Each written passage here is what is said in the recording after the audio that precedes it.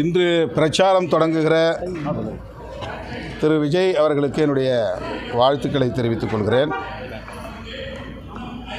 இப்போதுதான் அவருடைய களப்பணிகள் தீவிரமடைகின்றன. இந்த தேர்தலில் பெரிய தாக்கத்தை ஏற்படுத்துமா என்ற கேள்வி பலராலும் எழுப்பப்படுகிறது. ஒரு கணிசமான வாக்குகளை அவர் பெற முடியும். ஆனால்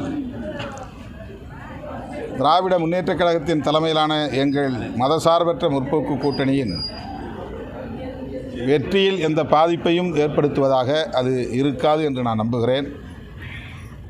தமிழகத்தில் இன்றைக்கு ஒரு அணி வடிவமாக இருக்கிறது, வலுவாக இருக்கிறது என்றால் அது திமுக தலைமையிலான மதசார்பற்ற முற்போக்கு கூட்டணி தான்.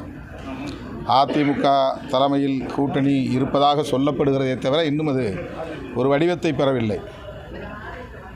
விஜய் தனியாக போவார் என்று தான் சொல்லுகிறார்கள். அவர் ஒரு அணி கட்டுவார் என்று ஒரு யூகம் இருக்கிறது. ஆனால் அதுவும் ஒரு வடிவத்தை இன்னும் பெறவில்லை. எனவே எதிர்க்கட்சிகள் தனித்தனியாக களத்தை சந்திக்கப் போகிறார்கள்.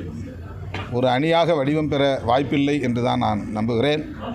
எனவே அவருடைய அரசியலால் திமுக தலைமையிலான கூட்டணிக்கு எந்த பாதிப்பும் ஏற்பட வாய்ப்பில்லை. ஒருவேளை வரக்கூடிய தேர்தலில் திமுக கூட்டணியில் இருக்கிற அதாவது பாஜக அதிமுக கூட்டணி வெளியே போனால் திமுக கூட்டணி இருக்கிற கட்சிகள் இல்லை, இது ரொம்ப அதீதமான ஒரு யூகம். இது ஒரு வடிவமாக இருக்கிற திமுக தலைமையிலான கூட்டணி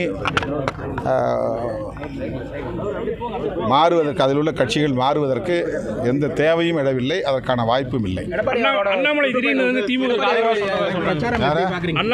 அண்ணாமலை பாஜகவுக்குள்ளே ஒரு அரசியல் செய்கிறார். நயினார் நாகேந்திரன் தலைமையை ஏற்றுக்கொள்வதிலே அவருக்கு இன்னும் சிக்கல் இருப்பதாகத்தான் அவருடைய நடவடிக்கைகளில் இருந்து தெரிய வருகிறது. அவர் தலைமையில் இருந்தபோது சுதந்திரமாக செயல்பட வேண்டும் என்று அவர் விரும்பினார். அதேபோல நயினார் நாகேந்திரன் அவர்களும் சுதந்திரமாக செயல்பட வேண்டும் என்பதை அவர் புரிந்து கொள்ள வேண்டும். ஆனால் அவருடைய நடவடிக்கைகள் நயினார் நாகேந்திரன் அவர்களுக்கு நெருக்கடியை உருவாக்குவதாகத்தான் என்னுடைய பார்வையில் படுகிறது.